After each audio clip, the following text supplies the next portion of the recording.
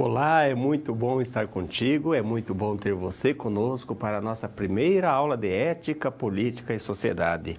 O título da aula de hoje é A Formação do Pensamento Ocidental.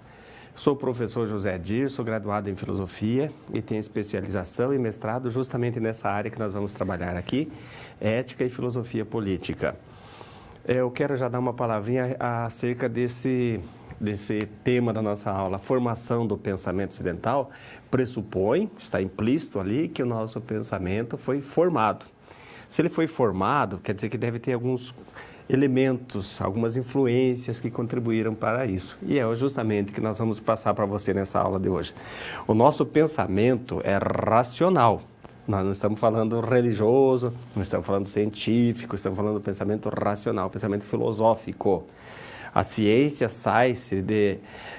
ela se desmembra da filosofia, ela se emancipa da filosofia no século XVII. Até essa época, a filosofia e a ciência estavam juntas. A religião não, já fez um percurso diferente, né? Então nós vamos tentar mostrar isso, a maneira como nós pensamos, como nós projetamos a nossa vida, os nossos desejos, os nossos anseios, toda a maneira como nós esquematizamos a nossa sociedade, ela foi sendo plasmada ao longo de muitos e muitos anos. Poderia ser diferente? Com certeza poderia. Às vezes é difícil a gente pensar, que poderia ser diferente, mas poderia. As coisas são construídas culturalmente, nós vamos falar um pouquinho disso. O que é cultural e o que é natural. Natural, lembra sempre da palavra nato, que no latim é nascido. Então, tudo que é natural é tudo que nasce por si. E o que é cultural, aquilo que é formado, que é cultivado, né? O nato nasce por si, espontaneamente, e o cultural tem que ser cultivado. Então, eu inicio a nossa aula fazendo uma pergunta para você. Seria possível, você pode acompanhar no quadro, por que pensamos como pensamos? Talvez você nunca tenha se colocado essa questão, né? Por que a gente pensa do jeito que a gente pensa? No sentido de estrutura social mesmo, não no sentido de pensamento relacionado a instintos, desejos, ambições, mas no sentido mesmo de estruturação da sociedade. E talvez você me respondesse com uma outra pergunta, né? Seria possível pensar de outra maneira? Num primeiro momento, dá a impressão para a gente que não é possível pensar numa estrutura de sociedade diferente da nossa. Você consegue pensar o planeta Terra sem norte e sul? Pois é, norte e sul é uma construção mental. Norte e sul não existem, fomos nós que criamos. As letras não têm nenhum som, somos nós que damos som para as letras, né? E nós juntamos as letras e formamos palavras e damos significado, mas elas por si não têm som nenhum. Eu não conheço o alfabeto mandarim, não conheço o alfabeto japonês, que tem 3 alfabetos diferentes, árabe também não. Então, aqueles riscos que eles fazem, para mim, não tem nenhum significado, assim como nossas letras não têm nenhum significado para eles, e não precisa ir longe, para quem não aprendeu a ler, as nossas letras não dizem nada. Então, nós damos significado para as coisas. Por que estruturamos a sociedade desse modo? Famílias, parentes, autoridades, etc. E talvez você também me perguntasse se haveria outra estrutura ou outras estruturas. E, por fim, o nosso pensamento é natural ou ele é cultural? Por que eu trago essa segunda pergunta acerca da estrutura da família? Você tem um livro didático e o teu livro didático tem 4 unidades e cada unidade tem 4 sessões. E as nossas aulas, teremos 4 aulas, né? O título, inclusive, da nossa aula é justamente o título da unidade do teu livro. Se você pegar o livro didático, aliás, espero que você já tenha pego o livro, já tenha lido, porque a nossa aula pressupõe isso, você já sabe, é a aula invertida. Então, você lê o material antes e vem para a aula. Aí sim, aí no dia da prova você não precisa nem se preocupar, não precisa nem estudar. Você lê o livro, participa das atividades, vê a web aula e tudo mais, no dia da prova é uma coisa que vai automaticamente. Então, se você já leu o livro, percebeu que o tema da unidade 1 é o mesmo tema da nossa aula aqui, né? A formação do pensamento ocidental. Aí tem 4 sessões e cada sessão tem uma situação problema. E a situação problema que aparece, ou a situação geradora da aprendizagem, é justamente acerca da maneira como nós estruturamos a família. A família, ao longo de milhares de anos, ela foi estruturada patriarcalmente. O pai manda, né? Patriarcal. E agora, ultimamente, talvez 40, 50 anos, isso vem sendo remodelado. a mulher teve que sair para trabalhar também. Então, a figura do pai que sustentava, ela já não se mantém em muitos lares, né? Às vezes é a mãe que sustenta até mais do que o pai. E é justamente isso que vai aparecer na Situação Problema. A Situação Problema conta a história de um rapaz que se formou em propaganda e publicidade, foi trabalhar numa empresa, e a empresa de margarina, e ele tem que fazer um comercial de margarina. Normal, né? Só que ele quer fugir daquela família tradicional, clichê, onde a família está ali reunida e normalmente o pai senta na ponta, né, e a autoridade. Ele quer fazer diferente e ele constrói uma propaganda em cima da mulher executiva que sai para trabalhar. E o pai que fica em casa, ele pode trabalhar em casa, um profissional liberal, ele faz o trabalho dele da sua própria residência e a mãe é que sai. E aí os donos da empresa de margarina apresentam dificuldades de aceitar essa propaganda, porque são pessoas de idade, diz o livro, o que eu acho já um pecado o livro colocar isso, ele está rotulando pessoas de idade, né? Pessoa de idade, ele diz que não aceita muito bem as mudanças. Tem pessoa de idade que aceita, sim. Então as pessoas dizem assim, muda essa propaganda porque a sociedade está acostumada com outro tipo de família. E aí vem o auxílio da filosofia. O que ele vai fazer? Ele vai bater de frente com os donos da empresa, de repente pode até ser demitido, ou ele vai remodelar a sua proposta. Então ele tem que ser bastante sábio, ele tem que ser pautado em conhecimentos, para mostrar que não sou eu que estou fazendo, não sou eu que estou inventando, não sou eu que estou falando, eu estou fazendo uma leitura da sociedade, né? Nós vamos ver aqui na aula que, num determinado momento, vai dizer que a filosofia, ela se pauta nos fatos. E os fatos estão aí nos mostrando que a estrutura familiar mudou. Nós estamos falando de estrutura familiar, mas a sociedade toda mudou. Nós pegamos um exemplo, um elementozinho da sociedade que é a família, mas a sociedade toda mudou. E se nós não percebermos que a sociedade mudou e nós ainda insistirmos em manter a nossa postura, às vezes até um pouco retrógrada, nós vamos sofrer e causar sofrimento aos outros. Aqui tem uma questão, professor, bastante atrelada à cultura, senso comum é cultivado de geração em geração, Polo de Itajuba. Nós vamos falar disso, inclusive é uma pergunta que eu vou passar para vocês.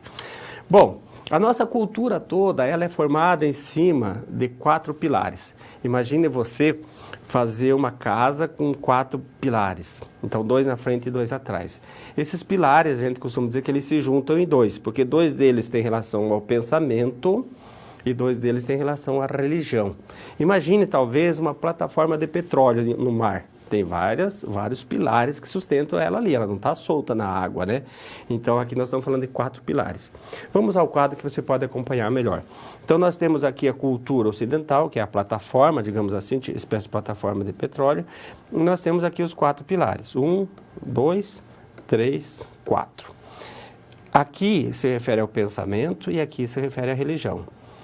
Pensamento greco-romano. O pensamento greco-romano é a filosofia. Essa letrinha aqui é o símbolo da filosofia. E o pensamento romano normalmente é o direito. Aqui nós temos a teologia. No Antigo Testamento é o judaísmo e no Novo Testamento é o cristianismo. De onde nós tiramos isso para falar que a nossa cultura foi formada assim? Toda a América é colonizada pela Europa. A nossa língua, nossos costumes, a nossa religião, a nossa comida, as nossas vestimentas, é herdeiro de lá. Algumas mudanças depois de muitos anos. Toda a África é colonizada pela América, pela Europa. E a Europa se forma em cima disso. A Europa se forma a partir do Império Romano. O Império Romano, no ano de 146 a.C., colonizou os gregos. Fez a última guerra, a Guerra de Corinto, e colonizou os gregos. Os gregos tinham uma cultura tão forte que eles venceram os vencedores pela cultura. Perderam pela arma, venceram pela cultura, o que é algo muito bonito. E aí em Roma teve uma fusão do pensamento e da religião grega com a religião pagã, que era a religião dos romanos, era a religião pagã. Mas depois, no ano 70, os romanos destruíram o país onde Jesus nasceu. Teve a última guerra lá no ano 70, já da nossa era, a Guerra de Massadas. E o país foi destruído e os judeus se esparramaram pelo mundo, chamado de diáspora. E só vieram a se tornar país novamente em 1948, depois da Segunda Grande Guerra. Então, nesse momento que eles saem da Palestina, que eles saem da Judéia, eles vêm para Roma também. Então, ali em Roma se encontra o cristianismo, se encontra a filosofia. E ali as ideias vão se formando. Aí vem a invasão dos bárbaros, as escolas são fechadas, depois elas são reabertas em 781, e assim vai. Então, é assim que vai sendo formado o pensamento. Só que lá na Grécia, antes deles serem vencidos pelos romanos, tinha surgido esse tipo de conhecimento que ficou conhecido como filosofia. A filosofia tem as mesmas etapas, as mesmas fases, com os mesmos nomes da história, antiga, medieval, moderna e contemporânea. Não são os mesmos anos, né? A filosofia não se atrela a anos, como a história faz, né? 476 termina a antiga, 1453 a medieval e assim por diante. A filosofia não funciona bem assim, mas os nomes são os mesmos, antiga, medieval, moderna e contemporânea. A história tem um período que antecede, chamado de pré-história. A filosofia não tem a pré-filosofia. Equivalente a uma pré-filosofia, nós temos o mito. E é isso que eu quero que você aprenda agora. Então, aqui na seção 1.1, nós temos a passagem do mito à razão. O mito foi muito difundido por esse grande poeta aqui, Homero, que deve ter vivido mais ou menos no século IX ou no século VIII a.C. 9 ou 8, não se tem muita certeza sobre a época que ele nasceu. E ele escreveu 2 grandes poemas. Esse aqui, desculpa, ele não escreveu nada, ele era cego. Esse aqui tinha 15.693 versos e esse tinha 12.110 versos. Os 2 poemas viraram 2 livros enormes. Ele apenas declamava. Ele criou esses livros na sua cabeça, esses poemas na sua cabeça, essas histórias, né? A história era contada em forma de poesia. São poemas épicos, porque trata dos feitos dos grandes heróis. E ele declamava isso nas praças públicas, era o modo como ele ganhava a vida. Só que enquanto ele fez isso, ele foi transmitindo modelos éticos a serem seguidos. A grande contribuição dele, então, é mostrar uma ética voltada para a elite. Ele é o poeta da elite, de coragem, de honra, bravura, destemor, enfim. Ele apresenta um rol de virtudes que fez parte da elite da Grécia e depois se expande de lá para o mundo. Esse outro poeta não é muito conhecido, o Hesíodo, ele viveu 100 anos depois do Homero. Esse não é cego, esse escreveu. Escreveu um poema pequeno chamado Teogonia, Teó é Deus, né? Gonia é origem, e onde ele relata a origem dos deuses do Monte Olimpo. Cronos, o pai do Cronos Urano, o filho do Cronos os Zeus e assim por diante. Mas eu quero chamar a atenção de vocês para essa obra dele, O Trabalho e os Dias. Porque nesse livro ele escreve uma desventura que ele teve por ter recebido do pai uma herança para dividir com o seu irmão. E o irmão passou ele para trás, subornou os juízes, ficou com a herança todinha para ele. Então ele diz que a verdadeira virtude não é ir para a guerra e matar muita gente, se destacar por heroísmo. A verdadeira virtude é vencer na vida, trabalhando de sol a sol, com luta, com empenho, com garra, com determinação, o que é algo válido para nós até hoje. Então ele é o poeta do camponês, do trabalhador, do homem simples, né? Acerca do mito, eu só quero deixar claro para vocês que o mito vem desse verbo aqui do grego, miteo, que significa discursar, falar, narrar, contar. Então é traduzido como narrativa. Porém, essa narrativa tem uma característica, ela é fantasiosa. Ela não é uma narrativa que você pode acompanhar pelo raciocínio. Chega no momento que você não vai acreditar naquilo que está sendo falado, mas você é obrigado a acreditar por força da autoridade de quem está narrando, porque acreditava-se que o poeta era um inspirado por Deus. Mito é diferente, esse sinal da matemática você conhece, é o sinal de diferente, né? Mito é diferente de lenda. Então eu já vou dizer por que é diferente, porque o mito nasce com um propósito. O mito é pensado, o mito ele é buscado, o mito é construído, as pessoas se empenham em fazer o mito. A lenda ela surge espontaneamente. Muitas vezes as pessoas não tinham a intenção de que aquilo virasse uma lenda e virou. O mito não, as pessoas têm a intenção de que o mito realmente prepondere, que o mito pegue de fato, né? E o mito surge com o propósito de explicar alguma coisa. A lenda, muitas vezes, ela surge baseada numa superstição. Então, existe uma diferença, embora alguns lugares coloquem mitos, são lendas. A propósito, o mito não é lenda, né? Se você for bem no pé da letra mesmo. Nós temos um outro poeta que é um pouco menos conhecido, acompanha aqui conosco, é o Sófocles. Sófocles nasceu no ano 497 a.C. e ele escrevia peças teatrais. Ele escreveu mais de 100 peças, apenas 7 sobraram. Dessas 7 eu queria que você conhecesse essa aqui, que é a do Édipo Rei, porque aqui ele vai tratar da questão do destino.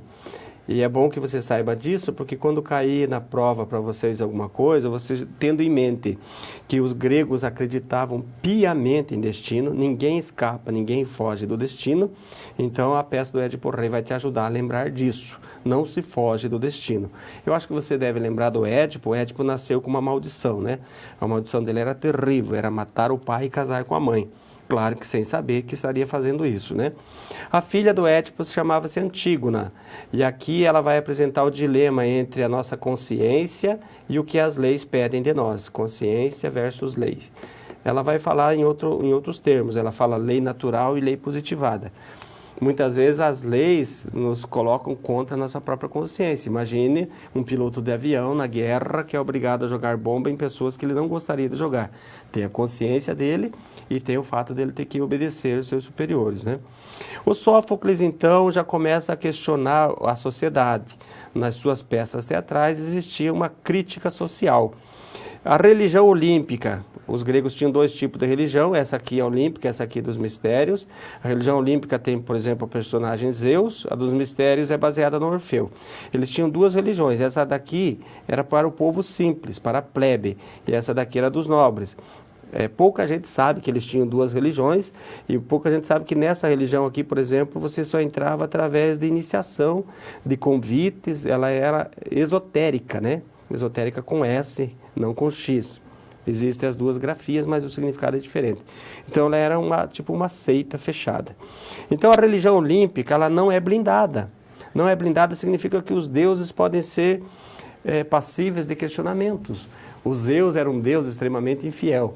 Então, as pessoas comentavam as atitudes dos Zeus, alguns se posicionavam a favor, outros contra, e isso foi ajudando o pensamento a evoluir, a se aprimorar. Você tem que ter argumento, você tem que vencer o outro, e assim o mito vai caindo aos poucos, né? E o pensamento racional vai conseguindo mais espaço. Aqui nós temos um polo do Paraná perguntando: podemos afirmar que o mito é uma verdade intuitiva?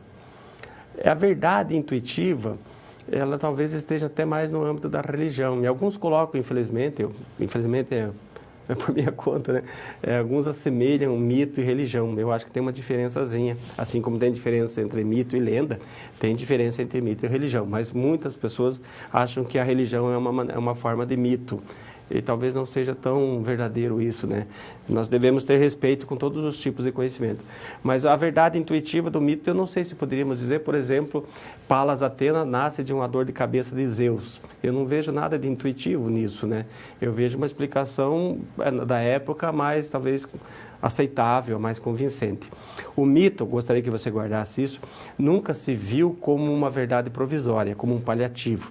Enquanto não tivermos outra, vamos usando isso. Um dia teremos explicações melhores, mas por enquanto é essa. Não. O mito era a ciência da época.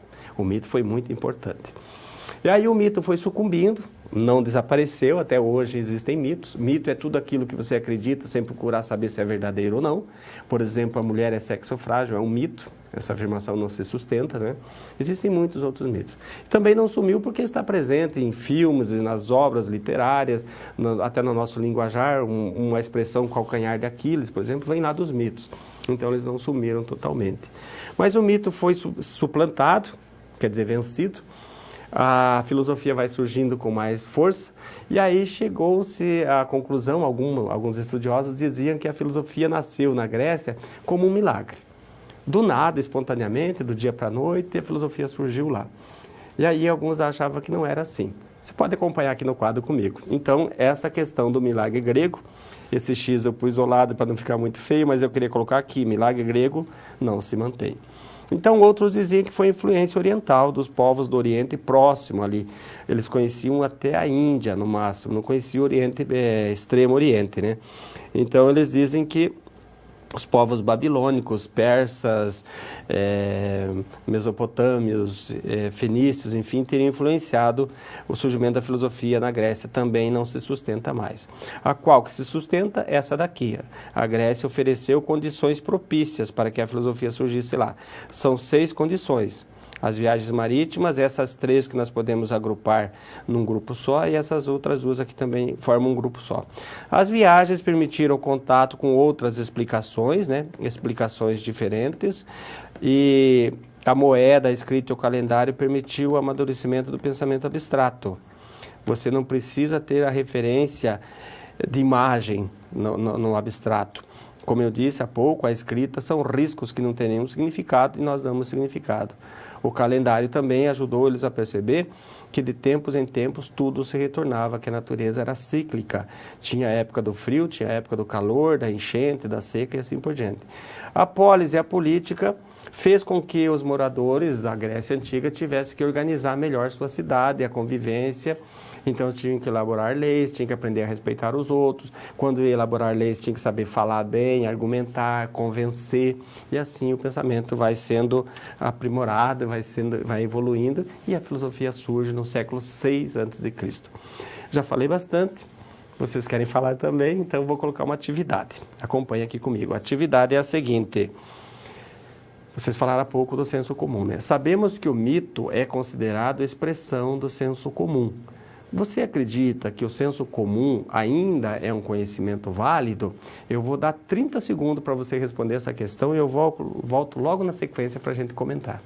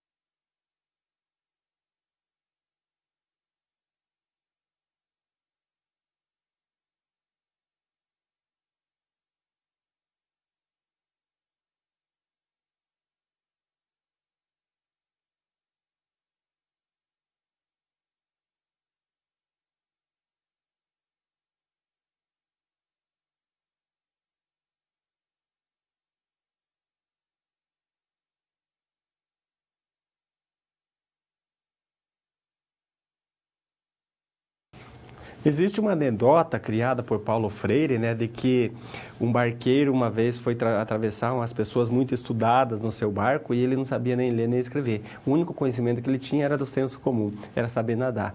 E no meio daquela travessia, o barco acabou afundando e as pessoas com tanto conhecimento científico e tudo mais, não conseguiram, ou ao menos estavam em apuros, né? E ele só com o conhecimento do senso comum estava bem. Então, todas as formas de conhecimento são válidas. Nós temos aqui a contribuição de um polo da Bahia, agradecemos muito. Senso comum é sim uma forma de conhecimento, mesmo que superficial, onde cada um tem sua própria opinião. São preceitos corriqueiros, sem cunho científico, muitas vezes submetido à razão. Ótimo. Muito bem. O senso comum, muitas vezes, nos ajuda a resolver as situações concretas, né? Lembra das avós, das tias, antigamente, curavam as crianças, principalmente no sítio, né? Com chás que elas nem sabiam qual era o princípio ativo, elas só sabiam o quê? Funciona. Eu aprendi assim, dá certo, né? Isso é senso comum. O que eu queria dizer com essa atividade é que a gente tem que ter respeito com todas as formas de conhecimento. Se você crê na ciência e não crê em mais nenhum tipo de conhecimento, você vai ter que admitir que os outros que creem em outros tipos não precisariam crer na ciência. Nós temos que dialogar com todos, com os diferentes, nós temos que aceitar o ponto de vista dos nossos semelhantes, né? Minas Gerais coloca, os alunos acreditam que sim, e deram o exemplo do gagarejo com chá de romã. Muito bem, ótimo, obrigado pela participação de vocês. Vamos então para a nossa subseção aqui 1.2. Acompanhe comigo, o título dela é Mito e Pensamento no período pré-socrático. Esse aqui, na verdade, já está no livro didático de vocês, com esse título, né? É a seção 1.1. Por que que o mito nasce e qual é a sua função? Os mitos são explicações fantasiosas, ele nasce para explicar sobre os fenômenos. Fenômeno em grego significa aquilo que se manifesta, aquilo que aparece. Aqui nós temos uma imagem mitológica, né? Nunca existiu um homem, metade cavalo, mas no mito tudo era possível, né? Então ele tem uma explicação fantasiosa, mas é explicação, é importante isso, e tem um papel na formação do pensamento ocidental, porque auxilia o homem a ir buscando conhecimento dentro de si, não vem de cima. A religião é outra forma de conhecimento, que nasce numa outra região do planeta, mas ela vem com uma revelação. E aí é um pouquinho mais difícil da gente entender, e nós não vamos entrar nesse âmbito, não por demérito, mas por respeito ao pensamento religioso de cada um. Depois do mito, nós tivemos a presença dos pré-socráticos. São vários pré-socráticos. Eles fazem a ruptura com o mito e com eles começa o pensamento filosófico-científico. Note você que aqui estão os dois juntos. A ciência, como eu disse há pouco, só se desmembrou da filosofia, aqui só tirou esse hífen fora no século XVII. Quem fez isso foi Galileu Galilei. Então aqui ainda está junto. E esses pré-socráticos aqui, eles procuram pensar o mundo a partir da physis. Physis é tudo aquilo que é físico. Aquilo que é físico para os gregos é a natureza. Então a physis é a natureza. Os pré-socráticos acreditavam que tudo se origina de um primeiro elemento, que eles chamavam de arquê. Você já deve ter estudado isso no ensino médio, né? Então cada um deles tem um arquê. O primeiro que fala em arquê é o Tales de Mileto. Vai ser a água, depois vem dois discípulos dele, Anaximandro e Anaxímenes, enfim. Aí nós vamos até chegar no átomo. Daí não se falou mais disso. Quando chega-se no átomo, que é o Demócrito de Abdera, que é nascido em 460 a.C., daí esse assunto fica encerrado e aí aparece na Grécia um grupo de filósofos que não ficaram muito bem vistos. Acompanhe aqui comigo. Esse grupo de filósofos são os sofistas. Os sofistas não estão mais preocupados com a physis, eles estão preocupados aqui, ó, como é que você pode fazer sucesso na praça, na ágora. Aqui é o templo, né? Aqui é o Patron. Mas então eles ensinam às pessoas o discurso, a arte de discursar, de argumentar, a retórica, a oratória, né? Para você poder ocupar um posto na política. O grande impulso para eles, o grande motivo para eles aprender a falar direito, organizar o pensamento certinho, era a participação política. Mas os sofistas eles têm um aspecto legal, que é esse de tirar o tema da natureza e passar para o homem, para o ser humano. Então, o tema agora começa a ser a antropologia. Até então era a cosmologia, né? Mas eles têm um aspecto negativo, eles são relativistas. Relativismo é aceitar que tudo pode, tudo é possível, tudo é verdadeiro. Se tudo é verdadeiro, nada é verdadeiro. Então, se nada é verdadeiro, não é possível fazer ciência. Se tudo é bem, então até o mal é bem. Então não é possível a ética. Por que que eles eram relativistas? Porque é o homem que decide tudo. O homem é a medida de todas as coisas. A frase mais conhecida de Protágoras de Abdera, que nasceu em 490 a.C. O homem é a medida de todas as coisas. Então é ele que decide o que é certo, o que é errado, o que é justo, o que é injusto, o que é bom, o que é mal, o que é belo, o que é feio e assim por diante. Rapidinho, 30 segundos de novo, eu vou colocar uma atividade para você. Acompanhe aqui comigo.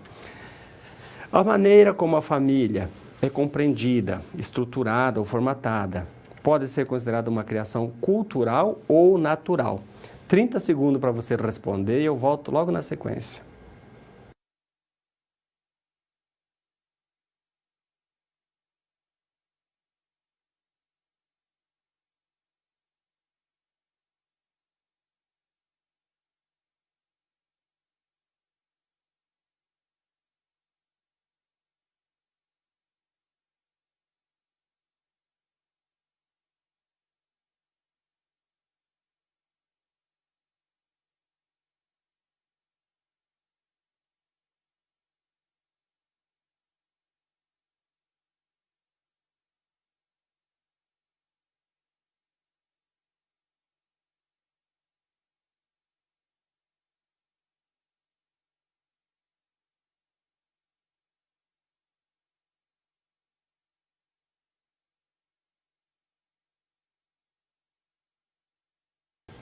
O tempo que nós deixamos para vocês é curto, porque as nossas perguntas são muito simples, né? Então, acho que dá para, ali, em questão de um minutinho, poder resolver. Quando eu coloco que a família ela é natural ou cultural, eu estou fazendo referência àquela situação, problema que está lá no teu livro didático. Por isso que ela aparece aqui, sucintamente, né? Mas eu quero dizer o seguinte, será que a maneira como nós valorizamos a relação entre pais e filhos é a mesma? Essa relação é natural ou é cultural? Antigamente, os filhos sempre pediam bênçãos para os pais, tinha horário para chegar, isso era cultural ou é natural? As pessoas de idade, em algumas culturas, principalmente no Oriente, no Japão, eles são bem valorizados, muito mais do que aqui. Os filhos, mesmo adultos, não fazem negócios sem consultar os idosos. Já no Alasca, na região da Sibéria, lá, os velhos são abandonados, os idosos são abandonados. É o cultural isso, eles abandonam para morrer porque eles não têm comida para todo mundo, então se desfaz dos idosos, infelizmente. E é nesse sentido que nós estamos falando. Rio Grande do Sul contribui aqui conosco, agradeço a contribuição cultural, pois todos nós temos uma crença. Exatamente, e além de nós termos a crença, a gente herda isso, né? Nós herdamos isso. Há muitos e muitos anos atrás, lá na época do homem tribal, o incesto era uma prática comum. E hoje isso é um horror, né, na nossa sociedade, graças a Deus. Então isso tudo é cultural. Tem aspecto natural? Claro que tem. As crianças não nascem da cultura, as crianças nascem da relação entre os pais. Isso é natural, né? Então tem o aspecto natural, sim, e tem o aspecto cultural também.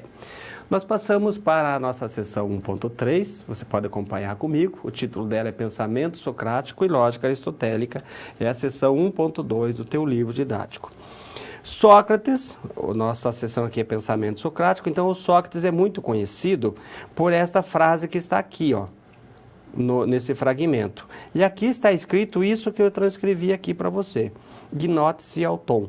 E esta frase, se fosse traduzir no pé da letra, ela significaria isso aqui, autoconheça-se. Só que ela foi traduzida errada, e isso me dói quando eu vejo essa frase errada, porque o Sócrates foi um dos homens mais sábios da humanidade. E a frase foi traduzida, homem, conhece-te a ti mesmo. É um pleonasmo, é redundância. Ele falou isso aqui, o gnótise auton, autoconheça-se. Aliás, ele não falou isso aqui estava escrito no pórtico do templo de Delfos. Ele falou sim, mas não foi criação dele. Ele pegou isso como lema. A outra frase que você deve conhecer do Sócrates também foi traduzida errada. Você conhece essa frase aqui como só sei que nada sei. Mas o sentido da frase do Sócrates é eu sei que não sei tudo. Porque se você fala eu só sei que nada sei, é uma frase autoexcludente. É uma frase que não pode existir.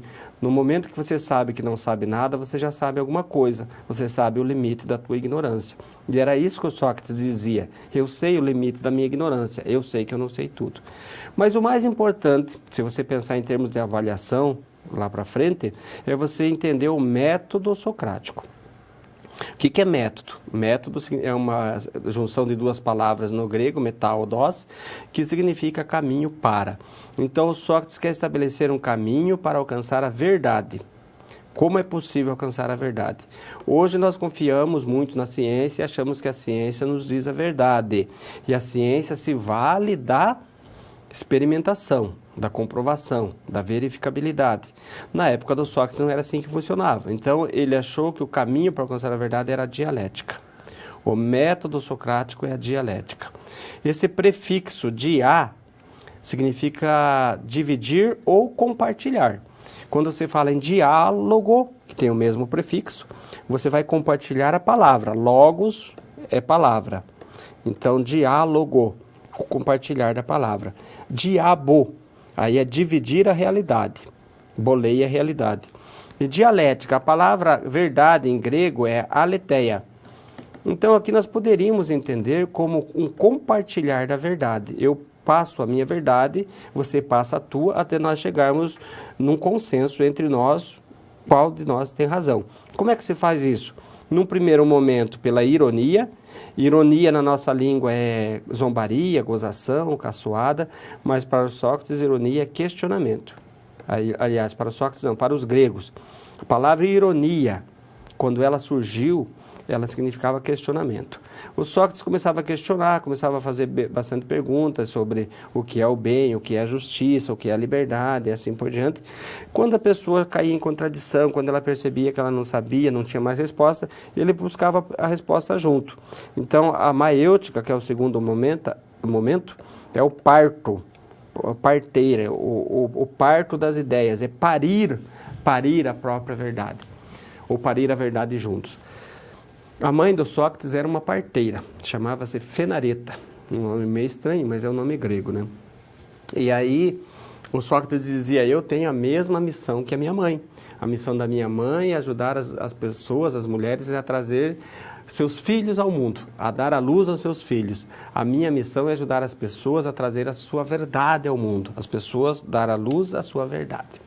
Bom, essa é a contribuição do Sócrates. Vamos ver agora, então, a contribuição do Aristóteles. Aqui no nosso subtítulo está a lógica aristotélica. Mas a única questão que você vai guardar aqui da lógica aristotélica é essa frase aqui, ó. Para o Aristóteles, tudo no mundo tem um propósito. A lógica aristotélica ela é muito maior do que isso. Nós não estamos aqui estudando a lógica aristotélica. Até acho que esse termo ali não foi muito feliz. Então, pensamento socrático e contribuição aristotélica. Tudo no mundo tem um propósito, nada foi feito por acaso. Propósito ou finalidade, em grego, é telos. E o telos de todas as coisas é buscar o bem. Todas as coisas tendem para o bem. A tendência natural de tudo que existe é a sua realização, é o seu bem. O telos da ética e da política, que para os gregos eram juntos, ética e política estavam atrelados, é ter uma vida boa, é viver bem. Viver bem em grego se diz eudaimonia, que foi traduzido por felicidade. O que nós estamos dizendo aqui é o seguinte, quem faz as coisas corretas eticamente, quem age eticamente, normalmente está imune de sofrimento, de retaliações. Existem pessoas boas na cadeia? Deve existir, mas a grande maioria lá é gente que fez coisa errada, que faltou justamente no aspecto ético, foi onde ele falhou. Então a ética é para a gente evitar sofrimento, é para viver bem. Viver bem é felicidade, e a felicidade, segundo Aristóteles, é uma vida inteira, vivida conforme a virtude. Se conseguirmos isso, nós atingimos o nosso sumo bem. O maior bem que você pode aspirar na tua vida é a felicidade. Seja com saúde ou sem saúde, com dinheiro ou sem dinheiro, com amigo ou sem amigo. Se você tiver uma cabeça boa, você consegue ser feliz. É difícil? É difícil. Só que, por outro lado, tem gente que tem amigo, que tem dinheiro, que tem saúde e não consegue a felicidade. Muitas vezes é deprimido, é estressado, né? Enfim, a nossa felicidade está aqui. É uma vida inteira vivida conforme a virtude. Disso nós podemos então concluir qual é a contribuição do Sócrates. Vamos lá, acompanhe comigo. O Sócrates vai dizer que nós precisamos nos valer da ironia, que é o questionamento, guarde isso, para quebrarmos preconceitos, nos livrarmos dos velhos preconceitos. Lembra da propaganda da margarina? Preconceito de que é o homem que tem que manter a casa. Isso acabou, só que algumas pessoas ainda não aceitavam. E a maêutica, precisamos formular novos conceitos. Como fazemos isso? Baseado no que nós estamos vendo, nos fatos. E o Aristóteles vai dizer que todas as coisas buscam um bem. Então, quando nós nos livramos dos nossos preconceitos, precisamos estar abertos a novos conceitos, sempre acreditando piamente isso é um bem. A humanidade evolui, a humanidade cresce dessa maneira, né? Pautada no bem. Bom, foi meio corrido, porque lá no final nós temos o Kahoot para você participar, não é? Então nós temos que deixar um tempinho também. Mas agora eu vou deixar um segundinho aqui para você dar as suas contribuições. Se você quiser falar, quiser criticar, quiser sugerir, tiver alguma dúvida, qualquer coisa que você queira falar conosco, você vai ter um minutinho agora. Eu estou aqui aguardando as suas contribuições, eu já volto.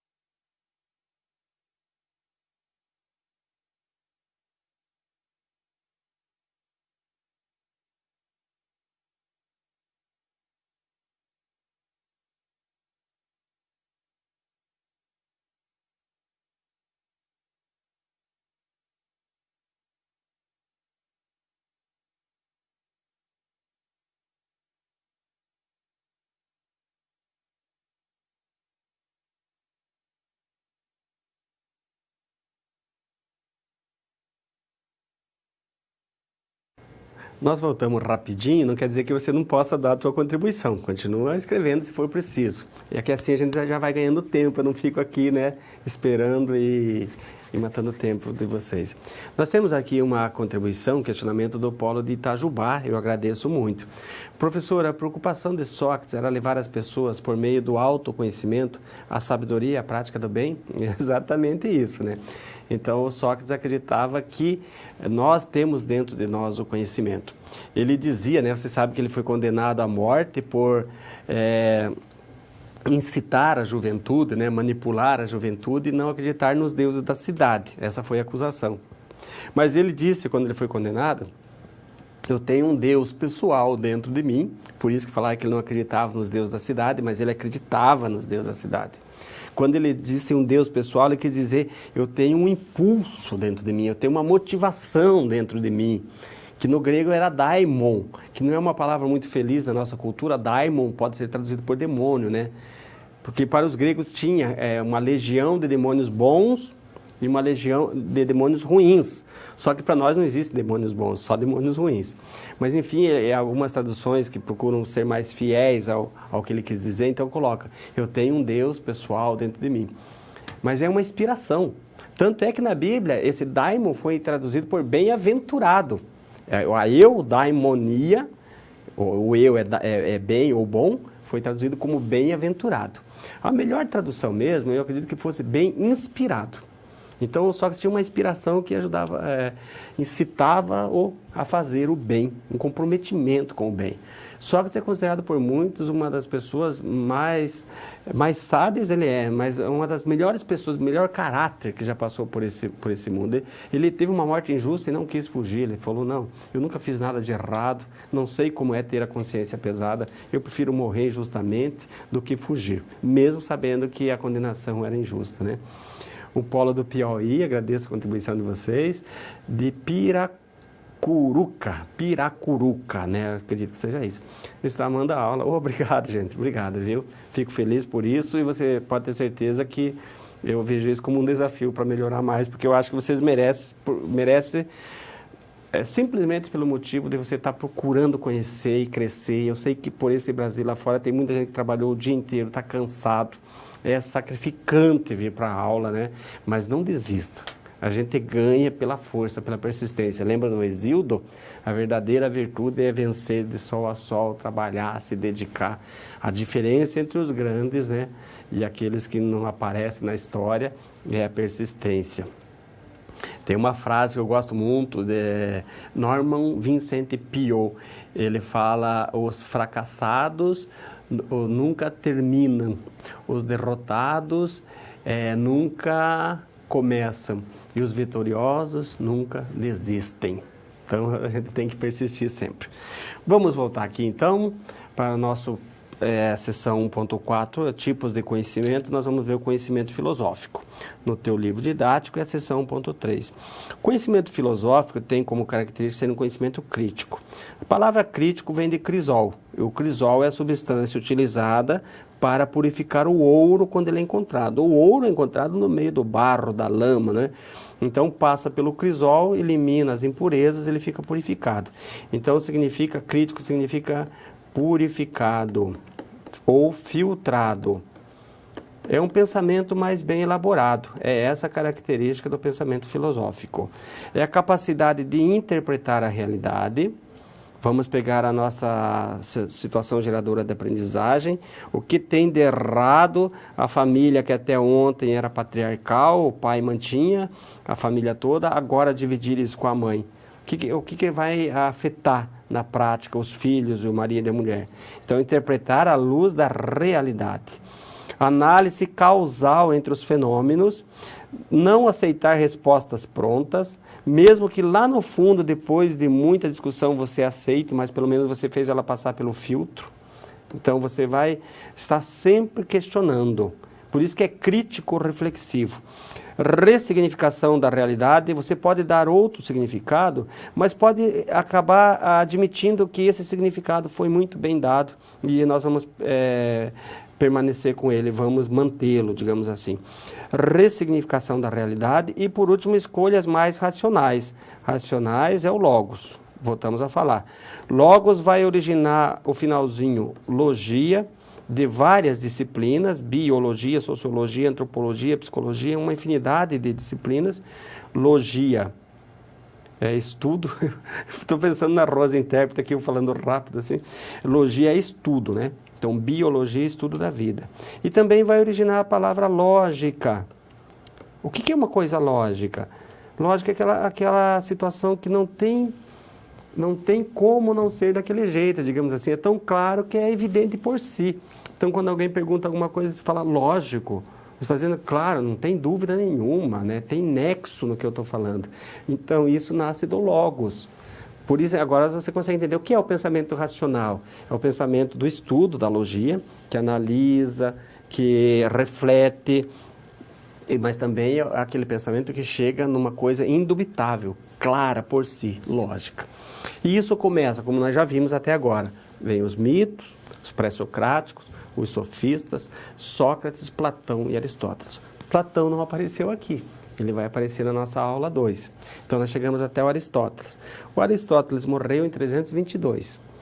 Depois de uns 600 anos da morte do Aristóteles, a filosofia vai se juntar com a teologia lá em Roma, como eu falei há pouco.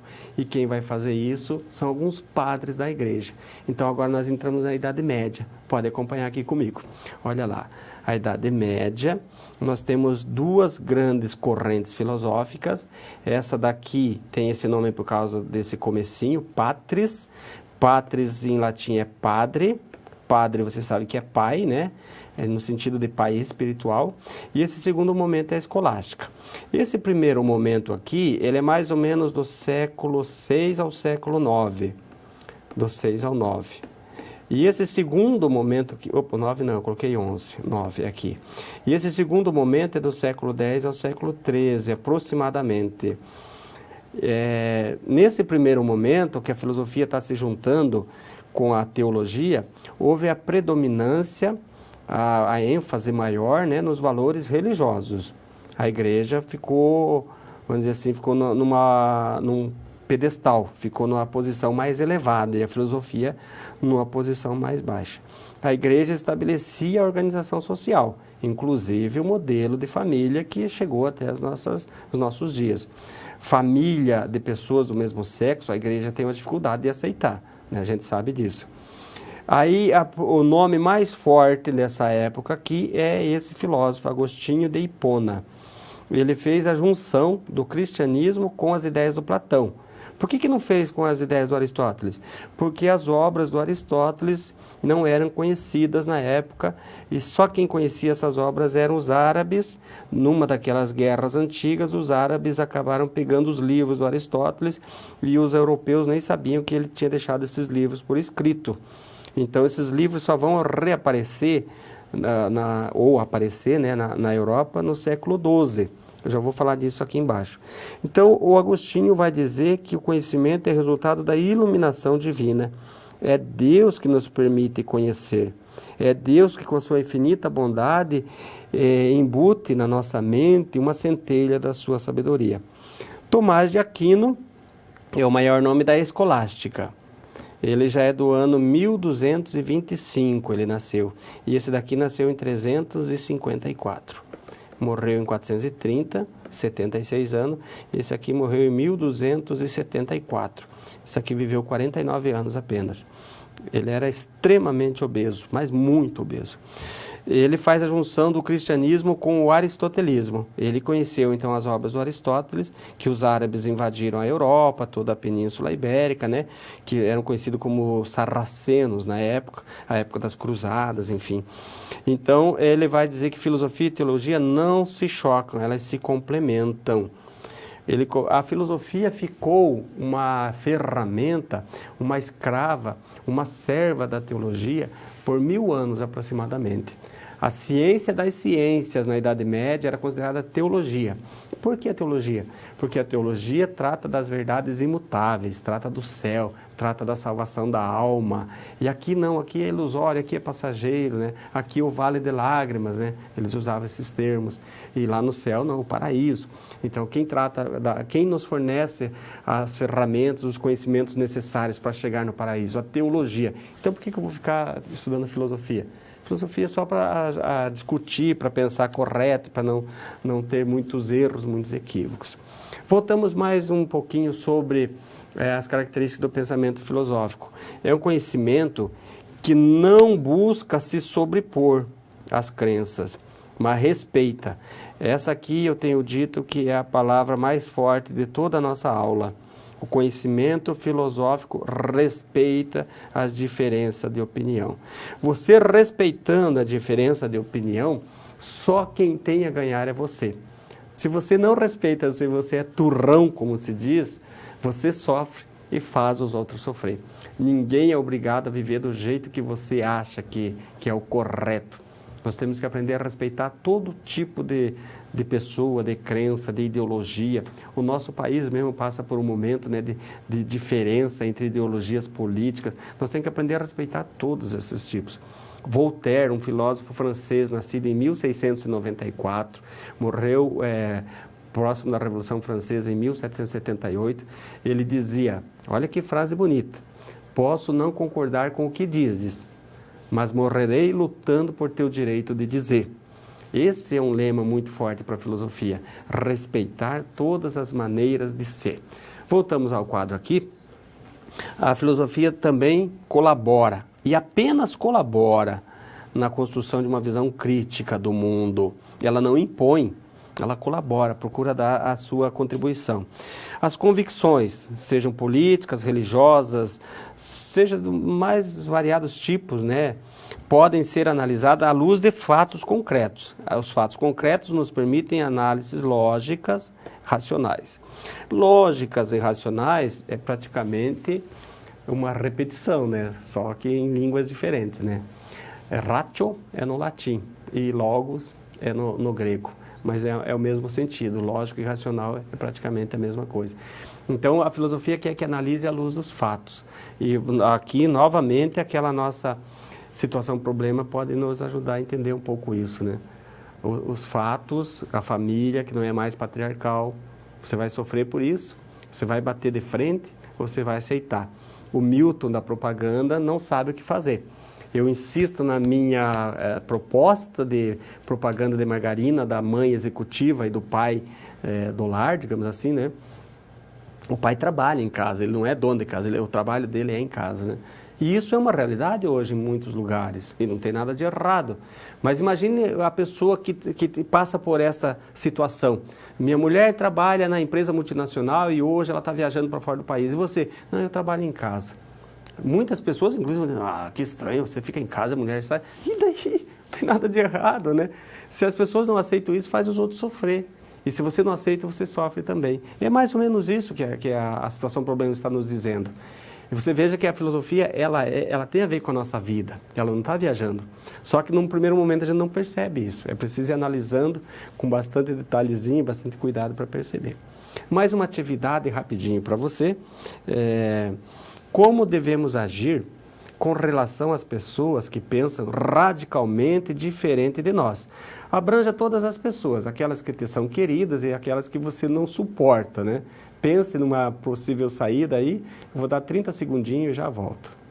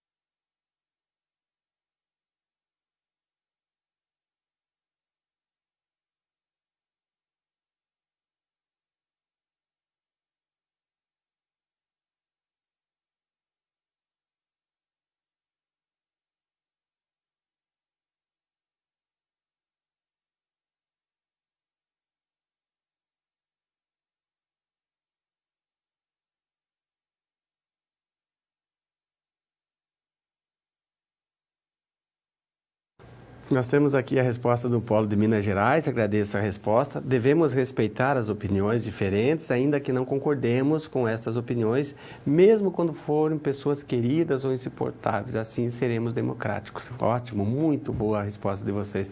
Eu tenho dito, e até mesmo às vezes no relacionamento entre marido e mulher, se você quer que a coisa vá para frente, você não pode querer que a tua esposa seja a versão feminina de você e vice-versa. Ela tem direito de ser o que ela bem entender. Mesmo, por isso que existe o namoro, né? Para a gente se entender e se conhecer, né? Mas as pessoas devem ter liberdade para conduzir a sua vida. É claro que tem que ter sempre um diálogo, consenso, mas a gente tem que aprender a respeitar o jeito até mesmo dos filhos, né? Quem é pai e quem não é pai é filho, sabe disso, né? A briga tua com teu pai, de repente, é quando ele não respeitava o teu jeito. E agora você não vai fazer, de repente, o mesmo com teus filhos. Então, é muito importante isso. Não quer dizer que tudo é permitido, quer dizer que tudo é conversado. É diferente, né? A gente não deve impor, a gente deve chegar num consenso, né? Não no convencimento, assim, de imposição, né? Chegamos a mais uma unidade, nós chegamos agora na modernidade. A modernidade é aquele período que a igreja vai perdendo força, né, por conta das contribuições do Copérnico, do Maquiavel e do Galileu Galilei, entre outros. Ela vai perdendo força e aí o homem começa a confiar muito fortemente na sua própria capacidade, na capacidade da sua razão. Então, o lema na época era: as luzes da razão serão suficientes para explicar o mundo e fazer um mundo melhor. Até agora, queria-se explicar o mundo pela fé e fazer um mundo melhor pela fé, baseado na Bíblia. E aí percebeu-se que não dava muito certo. Eles achavam que a Terra era plana e a Terra não era. Galileu Galilei mostrou isso. Achava que a Terra estava parada e a Terra não estava. Então, a ciência não tá, a Bíblia não está explicando o funcionamento do mundo, porque a Bíblia não é um livro de ciência. A Bíblia nunca foi escrita com o propósito de ser científico. A Bíblia é um livro de fé. É a história de um povo analisada à luz da fé. É totalmente diferente, né?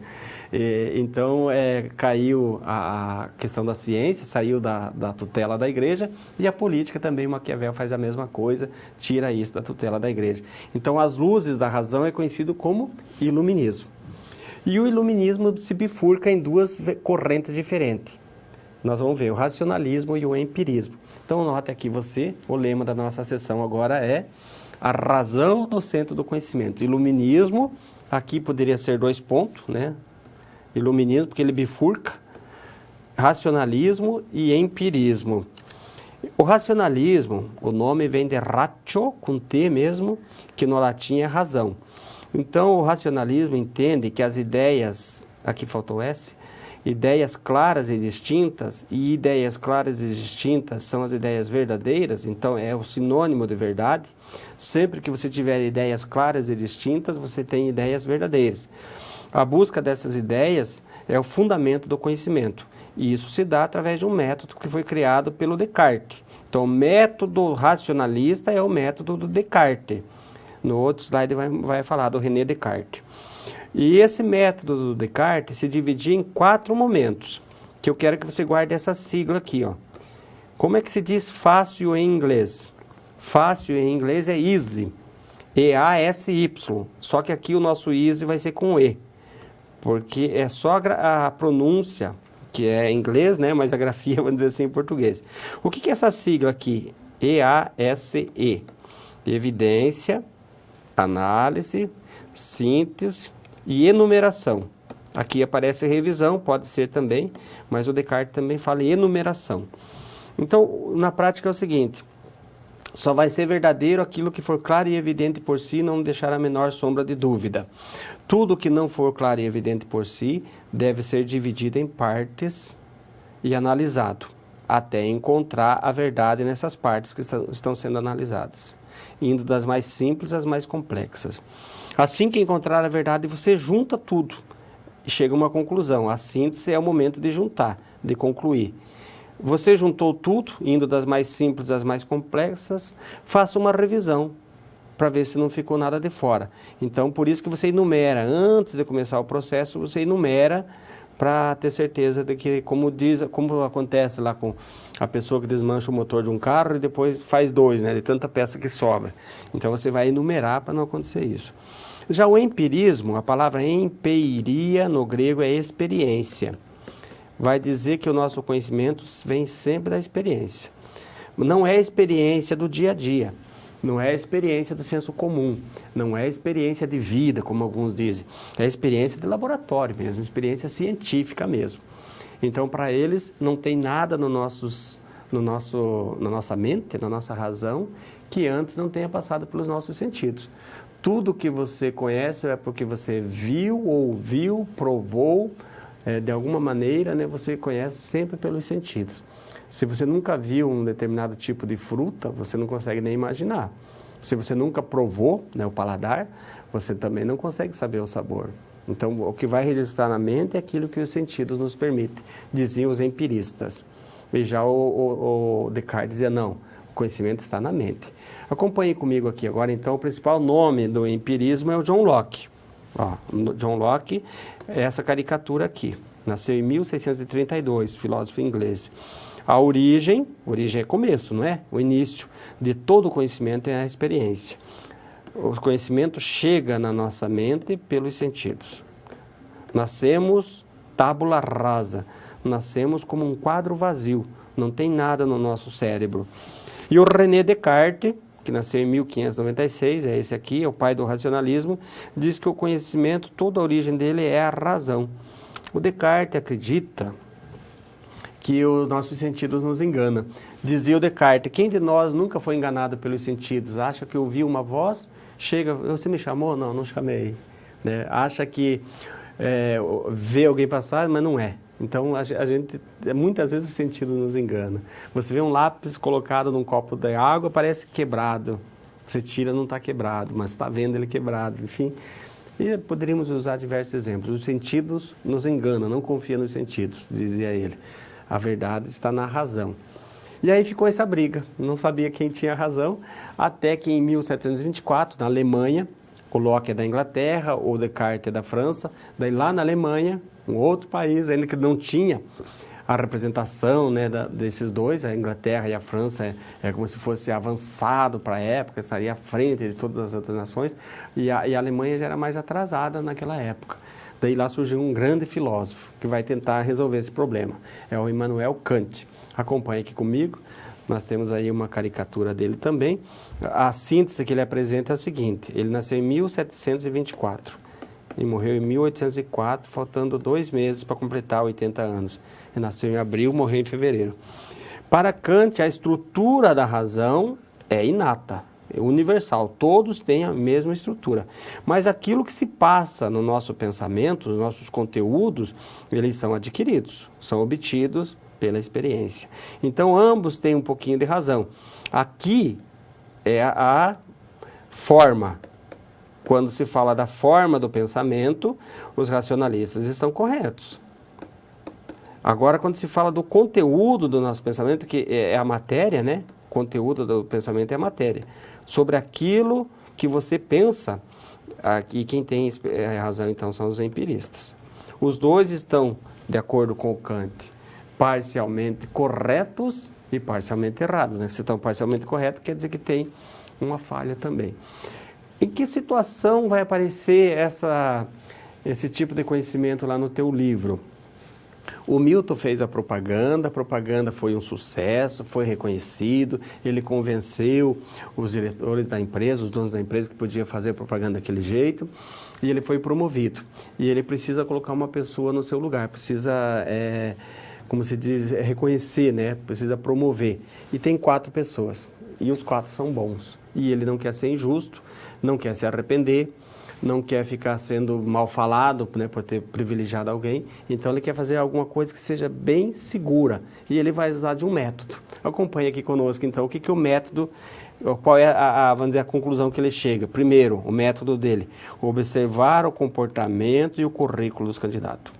Então, é algo que está ali pautado, né? Não é algo que ele está criando. Fazer uma reflexão. Ou seja, não fazer as coisas à revelia, na loucura, sobre os resultados obtidos na observação. E, por último, então, concluir, juntar todas essas partes, fazer a síntese, né, das informações anteriores e tomar uma decisão. O Milton não é um doido, ele quer fazer as coisas de modo bastante seguro. Então, assim, nós resolvemos essa situação. E agora, por último, rapidinho, que eu quero ainda fazer o Kahoot com vocês, né? Mais uma atividade. A nossa atividade diz o seguinte: apresente pontos positivos e negativos do conhecimento científico. O que a ciência nos traz de bom hoje e o que ela nos traz de não tão bom. 30 segundinhos eu já volto.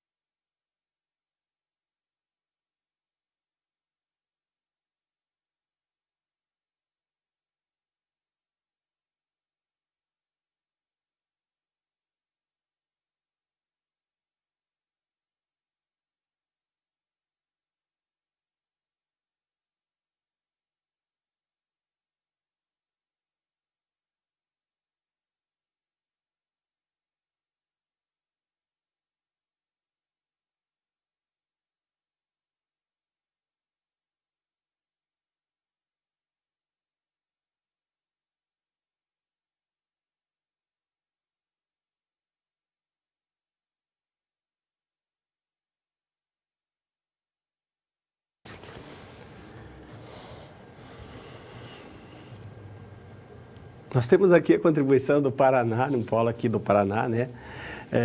Pontos positivos: conforto, facilidade, comodidade para os seres humanos, avanço na cura de doenças, avanço nas comunicações, avanço nos transportes, aumento da longevidade. Pontos negativos, cortou lá os pontos negativos. Nós temos a negativa: a tecnologia faz com que se faça cada vez mais coisas em menos tempo.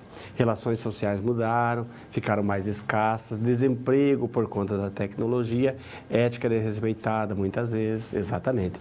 Eu acho que talvez o ponto mais negativo, no meu entendimento, são as armas. A gente estuda para desenvolver armas, para matar os outros, né? E gasta-se muito dinheiro com isso. Isso é inconcebível na época que nós vivemos. Por que se constrói armas? Por medo. Né? Se nós fôssemos mais humanos, mais respeitadores, não precisaríamos de armas. Então, esse eu acho que é um ponto muito negativo. Bom, nós chegamos agora no nosso Kahoot, né? Você já conhece o Kahoot, acho que sabe como é que funciona. Você vai entrar aí no teu celular em kahoot.it e você vai... Kahoot, pode ver ali como é que está escrito. Olha lá, é o K-A-H, 2 Os e o T. Aí você acrescenta lá, ponto IT, comecinho da palavra Itália, o I e o T, IT.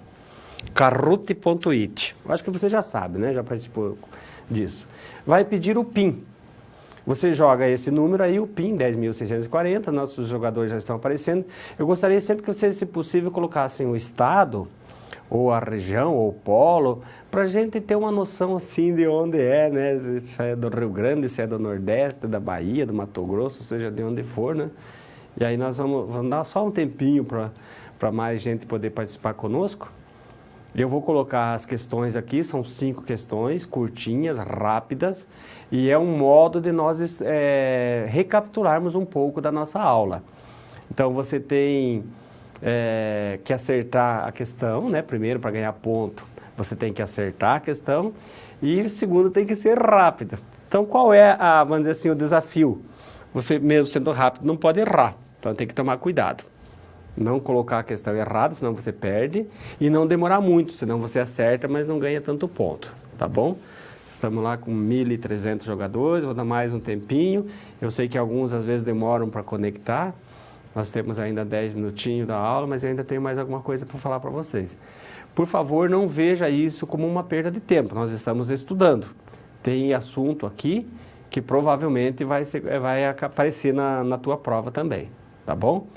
Então vamos lá, eu acho que vamos começar, porque senão nós vamos acabar perdendo um pouquinho o nosso horário, mas você vai tentando entrar, porque às vezes a pessoa que entra por último ainda acaba por primeiro. Vamos lá. A primeira questão diz o seguinte: a formação do pensamento ocidental tem início com a contribuição do povo. Qual povo? Egípcio, judeu, grego ou romano? A formação do pensamento ocidental, que é o tema da nossa aula aqui, que foi o que nós tratamos hoje. Ela começou, o comecinho mesmo foi em qual desses povos que está ali embaixo? Foi no Egito, na Judéia, na Grécia ou Roma? Você tem 30 segundinhos para responder, né? Aí já correu 25, já estamos acabando. Pensa sempre antes de jogar. Olha lá, 660 jogaram na Grécia, o povo grego. Vamos ver como é que ficou aqui o pódio. Felipe do Paraná, 950 pontos, seguido da Égila, Maranhão, Maria Carla do Maranhão, Fábio de São Paulo e Matheus do Mato Grosso do Sul. Pense sempre o seguinte, o importante aqui é estudar e aprender e participar. Parabéns a vocês aí, vamos para a próxima questão. O método utilizado por Sócrates para alcançar a verdade foi a ironia, dialética, maiêutica ou erística? Falamos disso aqui na aula hoje, né? Que o Sócrates cria uma maneira, um método, um caminho para alcançarmos a verdade. Então, esse caminho que ele cria era a ironia, a dialética, a maiêutica ou a erística. É um caminho que se divide em dois. Você vai ter que colocar o caminho, ou aquele que vai ser dividido, né? 30 segundinhos, olha lá. A grande maioria... Não, a grande maioria foi na ironia, olha lá. O correto é a dialética. Felipe continua na frente, Ana Flávia, já aparecendo novos jogadores, Everton, Vinícius do Tocantins e não sei se é Girde, o GLR de Sobral. Enfim, vamos para a próxima questão. Parabéns a vocês. A formação do pensamento ocidental refere-se ao seu aspecto racional, religioso, mitológico ou político? Formação do pensamento ocidental, que é o tema da aula de hoje. Nós abordamos aqui o aspecto do pensamento racional, ou do aspecto religioso, ou do mitológico, ou do político. Nós temos um aspecto que deu início, mas o aspecto central mesmo, que faz referência à nossa sala de aula, é um deles, que eu espero que você acerte, que a grande maioria acerte. É o aspecto racional. Olha lá. O mitológico é o que dá início, mas nós não estamos fazendo referência só a ele. Lembra do iluminismo e tudo mais, né? O Felipe continua na frente. Quirito, Ítalo, obrigado pela participação de vocês. Vamos para mais uma. Nem verificação e nem crença, mas questionamento e compreensão pode ser o lema da técnica, da ciência, da religião ou da filosofia. Veja lá, nem verificação, nem crença, mas questionamento e compreensão.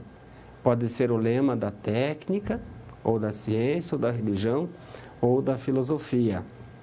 15 segundinhos para você responder. Vamos lá. Você está já estudando para a prova, né? Está assimilando um pouco mais. 2 segundos. Fechou. 428 é o lema da filosofia. Verificação é o lema da ciência. Crença é o lema da religião. A técnica não tem lema, a técnica é saber fazer, não é? Vamos para a última pergunta. Opa, só o resultado. Felipe continua na frente, está difícil alguém derrubar o Felipe. Gama já está em segundo, né? Alexandre, Rita da Bahia e Paulo Vitor. Vamos lá. Qual das posturas a seguir não condiz com a modernidade? Racionalismo, empirismo, dogmatismo e iluminismo. Eu falei da modernidade agora, no último momento da aula. Qual desses 4 aspectos aqui não apareceu ali? Racionalismo, empirismo, dogmatismo ou iluminismo? É bom que a gente saiba o significado de cada um deles. Eu não vou falar agora, porque você ainda está respondendo. Assim que terminar, eu vou dar uma palavrinha sobre eles. Tá? 2 segundinhos, olha lá. 207 jogaram no dogmatismo, não condiz com a modernidade. Então, vamos ver como é que ficou o pódio. Marcelo, Paulo Vitor e Elias. Que engraçado isso, né? Eles não apareciam tanto no começo, mas chegaram no pódio. Tá bom. Eu queria falar sobre o dogmatismo. O que é o dogmatismo? A postura dogmática. A palavra dogma significa uma verdade de fé inquestionável. E normalmente se acredita que o dogmatismo é quando nós aceitamos as coisas ingenuamente, quase. Nós não questionamos, nós apenas aceitamos pacificamente, digamos assim, né? Então, na Idade Moderna não se aceitava as coisas pacificamente. Tudo tinha que passar pelo crivo da razão. Por isso que aparece lá racionalismo, empirismo, os dois formam o iluminismo. O iluminismo abrange essas duas. O dogmatismo não. O dogmatismo ele é muito usado no âmbito religioso, tanto é que é uma palavra de cunho religioso. Bom, eu quero já me encaminhar para o encerramento da nossa aula agora, dando para você uma espécie de... como se fosse um macetezinho quando você for fazer a tua prova. A filosofia se divide, como eu comecei a aula falando, em etapas, nomes igual à história, antiga, medieval, moderna e contemporânea. A história, ela muda quando tem um evento muito forte que marca uma época, como foi a queda do Império Romano no Ocidente, a tomada de Bizâncio, que daí encerra o Império Romano no Oriente. Depois nós tivemos a Revolução Francesa, em 1789. Então tem os anos bem demarcados. A filosofia não é assim que funciona. É quando muda o referencial. Só que nós não usamos a palavra referencial, usa-se a palavra paradigma. Paradigma é modelo, padrão. Então tem um modelo, que é o referencial, na verdade, né? Para você interpretar cada época. E o que isso vai te ajudar na prova? Caiu uma questão, você sabe que é Platão ou Aristóteles, por exemplo. É antigo. Então qual é o modelo que eles usavam para entender o mundo? Para fazer referência ao mundo. Caiu uma questão na prova, ela é da Idade Média. É Agostinho ou é Platão? Qual é o modelo que eu uso para interpretar a realidade? Caiu uma questão da Idade Moderna. Descartes, Kant, Locke, Rousseau, nós vamos ver o Rousseau na aula seguinte, né? Então você já sabe qual é o paradigma. Então acompanhe aqui comigo os paradigmas, fazendo um favor. Aqui nós temos o símbolo da filosofia. Essa letrinha aqui, no grego, é o Φ, né? É a mesma, só que aqui a grafia dela é diferente, o Φ. Sempre que aparecer essa letra, significa filosofia. Então, filosofia antiga, o paradigma, que é o referencial, que é o padrão, que é o modelo, vai ser a physis. Eu falei disso no começo da aula. Os pré-socráticos se valiam da physis. Physis é natureza, né? Lembra disso? Na Idade Média, você já sabe até mais do que eu. O paradigma é a fé, a Bíblia, a ideia de um ser divino, de Deus, né?